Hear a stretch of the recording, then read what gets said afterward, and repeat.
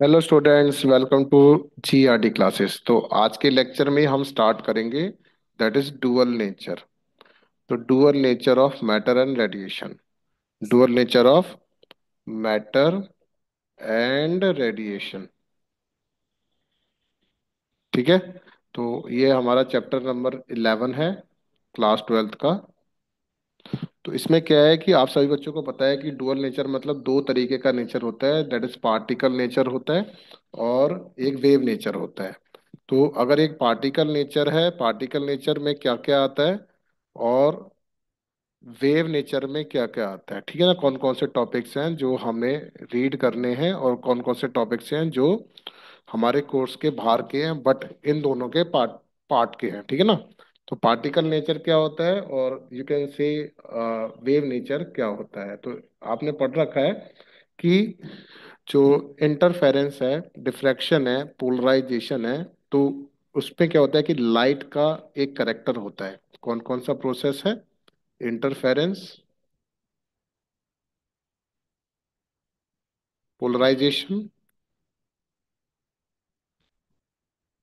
Diffraction, ये सब पढ़ के आ चुके हैं वेव ऑप्टिक्स में।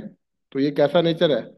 तो ये लाइट का एक नेचर होता है, पोलराइजेशन के अंदर, इंटरफेरेंस के अंदर, डिफ्रैक्शन के अंदर कैसा नेचर होता है? That is called wave nature. कौन सा नेचर? Wave nature. तो वेव नेचर में हमारे जो टॉपिक्स आते हैं वो इंटरफेरेंस, पोलराइजेशन और डिफ्रैक्शन आते हैं। और वैसे ही पार्टिकल नेचर है जिसमें हमने आता है photo electric effect, Compton effect,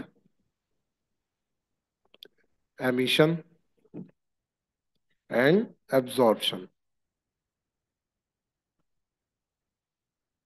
of radiation. तो ये सारे किस में आते हैं बच्चों? पार्टिकल नेचर में आते हैं। और यू कैन से इसमें हम क्या पढ़ते हैं? That is quantum. Particle nature में क्वांटम ऑफ लाइट के बारे में भी बताया जाता है। तो ऐसा जो नेचर है जिसमें वेव नेचर और पार्टिकल नेचर की बात करी जाएगी तो उसे हमने डुअल नेचर बोल दिया। सीधी बात कि डुअल नेचर होता क्या है, जिसमें हमने पार्टिकल नेचर और वेव नेचर के बारे में पढ़ना है, पार्टिकल का। अब ये पार्टिकल क्या है? कहता है ये जो मैटर है ना, मैटर मतलब जो होता है वो होता है मटेरियल। और ये जो कोई भी मटेरियल है, मटेरियल मतलब जिसके पास हमारे पास मास होगा। अगर मास होगा तो उसको आप थ्रो कर सकते हैं, मतलब उसके अंदर हम वेलोसिटी प्रोवाइड करा सकते हैं। ज्यादा तेज फेंक सकते हैं और कम तेज भी फेंक सकते हैं। अगर वेलोसिटी हमारे पास है तो मास इंटू वेलोसिटी, हम बच्चों को पता है कि उसके पास मोमेंटम है पी। तो पी रिप्रेजेंट करता है बच्चों मोमेंटम। तो कोई भी पार्टिकल जिसके पास मास है, मतलब मैटर के बारे में बता रहा हूँ मैं आपको, मैटर मतलब कोई भी मटेरियल, मटेरियल मतलब जिसके पास मास हो मतलब वेलोसिटी हो, वेलोसिटी मतलब मास इंटू वेलोसिटी, मोमेंटम हो। तो अगर मोमेंटम है तो मतलब इसके पास एनर्जी भी है। अब ये जो एनर्जी है वो कौन सी है? तो यू कैन से काइनेटिक एनर्जी है। क्लियर? तो ये जो काइनेटिक एनर्जी है ये किसकी है? एक इलेक्ट्रॉन की है, चार्ज पार्टिकल की है। तो ये जो चार्ज पार्टिकल है, तो उसका नेचर है, दैट इज उसके पास रेडिएशन ऑफ लाइट का नेचर है।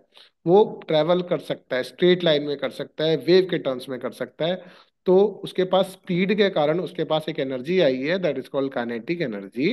अब ये जो एनर्जी है तो वो क्या करेगी? वो एमिशन कर सकती है। क्या कर सकती है बच्चों? एमिशन कर सकती है। किस चीज का एमिशन करेगी? मान लिया जाए किसी बॉडी को, उस लाइट को हम किसी भी मेटल पे स्ट्राइक कराएंगे तो वो क्या करेगी? एक इलेक्ट्रॉन का इजेक्शन कर सकती है।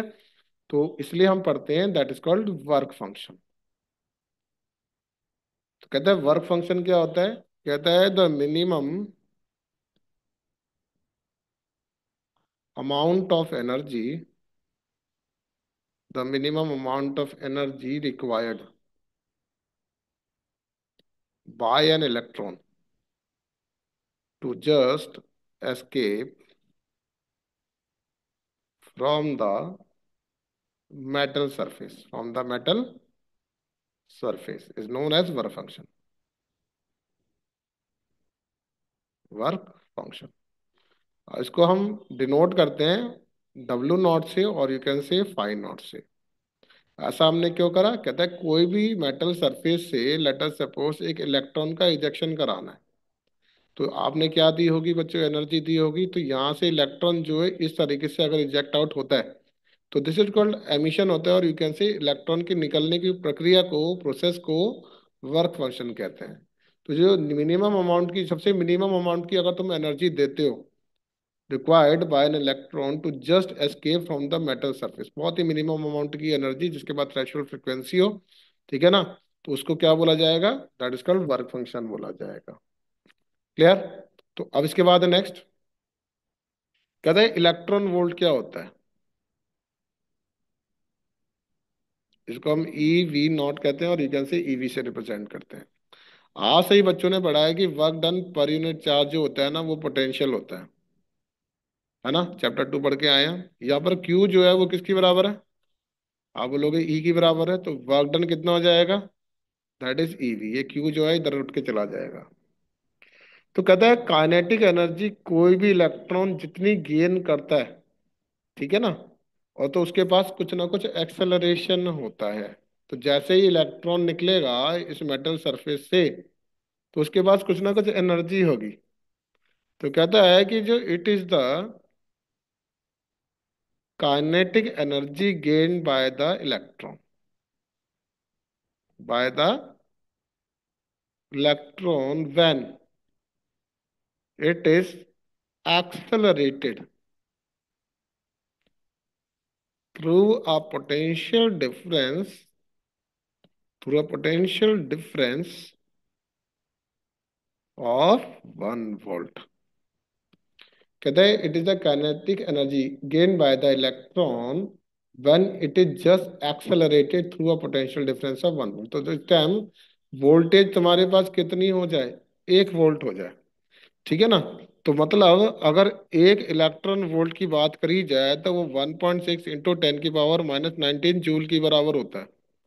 ठीक उसी तरीके से 1 MeV होता है, और ये किसकी बराबर होता है, 10 की पावर 6 इलेक्ट्रॉन वोल्ट, है ना। और इसमें अगर हम ऊपर वाली वैल्यू को मल्टीप्लाई कर देते हैं तो 1.6 इंटू 10 की पावर -19 था, और यहाँ पर 10 की पावर 6 कर दिया, तो इतना जो जूल अमाउंट का वर्क आएगा वो कितना हो जाएगा, 1.6 इंटू 10 की पावर -13 जूल, क्योंकि ये प्लस माइनस माइनस बन जाएगा। तो इतने अमाउंट की जो एनर्जी हो गई 1 मेगा इलेक्ट्रॉन वोल्ट की हो गई। तो वर्क फंक्शन जो होता है, यू कैन से W0, तो कहते हैं द वर्क फंक्शन जो होगा, तो वर्क फंक्शन जो है वो मेजर होता है, ठीक है, किसी भी मेटल का इलेक्ट्रॉन वोल्ट में। किसमें होता है, इलेक्ट्रॉन वोल्ट में होता है। अच्छा, अब इसके बाद है दैट इज कॉल्ड एमिशन, और यू कैन से electron emission.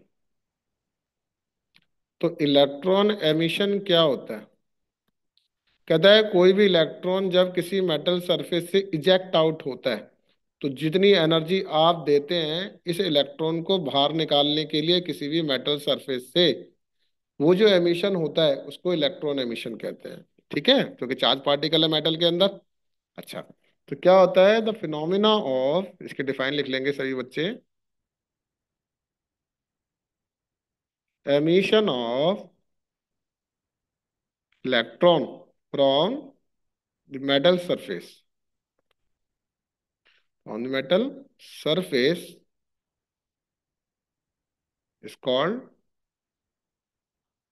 Electron emission. I hope clear होता है यहाँ तक। तो इलेक्ट्रॉन के निकलने की प्रोसेस जो किसी मेटल सरफेस से होती है उसे एमिशन ऑफ इलेक्ट्रॉन कहा जाता है। अब इसके बाद आता है टाइप्स, टाइप्स ऑफ एमिशन, ये बहुत इंपॉर्टेंट है, शॉर्ट में बता रहा हूँ क्योंकि बहुत इंपॉर्टेंट है, ये आपके वाइवा में पूछा जा सकता है। पहला जो एमिशन होता है ये थर्मियोनिक एमिशन है, थर्मियोनिक एमिशन। तो what is thermionic emission, therm से समझ में आ रहा है थर्मल हीट। तो आपने थर्मल एनर्जी से, और यू कैन से थर्मल हीट एनर्जी देंगे, तो मतलब हीट एनर्जी का बहुत बड़ा रोल है। तो हीट एनर्जी देंगे किसी मेटल सरफेस को और उसके द्वारा थर्मल एमिशन हो जाएगा, इलेक्ट्रॉन का एमिशन हो जाएगा। कहता है electron emission with the help of, with the help of thermal energy, ठीक है। तो आप थर्मल एनर्जी प्रोवाइड कराएंगे, हीट देंगे, मेटल सरफेस के थ्रू एक इलेक्ट्रॉन इजेक्ट आउट हो जाएगा। तो सेकंड है फील्ड और कैथोड एमिशन। मतलब हम फील्ड मतलब बाहरी हाई इलेक्ट्रिक फील्ड देते हैं, इतना हाई इलेक्ट्रिक फील्ड देंगे कि सो दैट इलेक्ट्रॉन का एक प्लेट से दूसरी प्लेट पर एमिशन हो जाएगा। कहता है with the help of very high electric field we can eject an electron. Electric field. Third है that is photo electric emission. जो फोटो इलेक्ट्रिक एमिशन है वो क्या होता है, कहता है हम ईएम वेव के द्वारा किसी मेटल सरफेस को स्ट्राइक कराएंगे और वहां से इलेक्ट्रॉन का इजेक्शन कराएंगे, वैसे फिनोमिना को क्या बोला जाता है, फोटो इलेक्ट्रिक एमिशन। तो ईएम वेव, इलेक्ट्रोमैग्नेटिक वेव के द्वारा हमने एक इलेक्ट्रॉन का इजेक्शन करना है। तो कहता है with the help of suitable electromagnetic radiation we can find emission of electron. And the last one is fourth, secondary emission। Secondary emission क्या होता है, कहता है कि है ना, एक किसी कंडक्टर में अगर एक फास्ट मूविंग इलेक्ट्रॉन है, वो अगर सरफेस में जाके स्ट्राइक कर रहा है, तो ये इलेक्ट्रॉन, फास्ट मूविंग इलेक्ट्रॉन दूसरे इलेक्ट्रॉन का एमिशन कराता है। कहता है striking fast moving electron over the surface, over the surface. तो इस तरीके से हमारे पास सेकेंडरी एमिशन होता है। ठीक है बच्चों। अब इसके बाद एक नेक्स्ट है, दैट इज फोटो, फोटोन क्या होता है। ठीक है। तो ये कह रहा है कि according to the Planck's quantum theory, Planck's quantum theory के अकॉर्डिंग, पार्टिकल नेचर के अकॉर्डिंग, कोई भी इलेक्ट्रोमैग्नेटिक वेव अगर वो ट्रेवल कर रही है डिस्क्रीट पैकेट्स के फॉर्म में, 10th क्लास में पढ़ रखा है, उसको हमने क्वांटा बोला है। और ये जो 1 क्वांटम ऑफ लाइट जितनी रेडिएशन पड़ती है, किसी स्ट्राइक होती है किसी सरफेस पे, उसको फोटोन कहा जाता है। ठीक है ना। तो ये है आज के लेक्चर का बेसिक पार्ट। आई रिक्वेस्ट कि इन सारे नोट्स को एक साथ कॉपी पर लिख लें, 2-3 बार लिख लिख के प्रैक्टिस करें। Thank you very much.